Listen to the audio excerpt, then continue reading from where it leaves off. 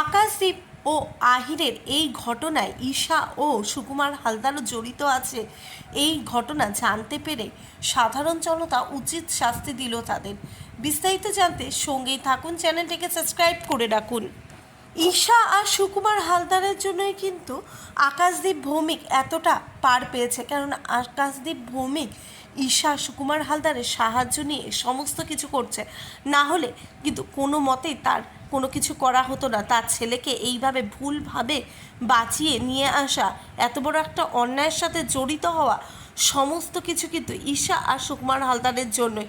আর এই ঘটনায় পুলিশও মদত দিচ্ছে কেবলমাত্র ঈশা আর সুকুমার হালদার যেহেতু উঁচু পদের একজন মন্ত্রী, ঠিক এই কারণে কিন্তু পুলিশও তাদের কথা শুনে আহিরের এত বড় একটা কেসকে ধামাচাপা দেওয়ার চেষ্টা করেছে। কিন্তু পর্ণা কি থেমে থাকার মেয়ে?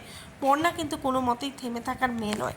তাই ঈশা যতবারই ভাবুক না কেন সে পর্ণাকে হারিয়ে দেবে, কিন্তু ঈশার পক্ষে সেটা কোনো মতেই সম্ভব নয়। পর্ণার যা বুদ্ধি, এর জন্যই কিন্তু পর্ণা আবারও এই লাইভ নিউজে বসে বুবাইয়ের ঠাকুরদাকে নিয়ে আর ওইদিকে অভিজিতের বাড়ির লোককে নিয়ে।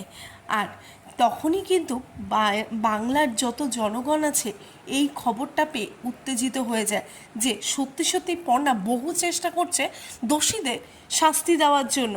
আর এর পরে যখন কোর্টে সমস্তটাই প্রমাণ হয় যে আহিরই করেছে এমন কাণ্ড, কেননা জনতা তো ছেড়ে কথা বলবে না। আর সাধারণ জনতা একবার জাগলে কিন্তু শেষ পর্যন্ত অন্যায়কে কাছে মাথা নত করতেই হবে।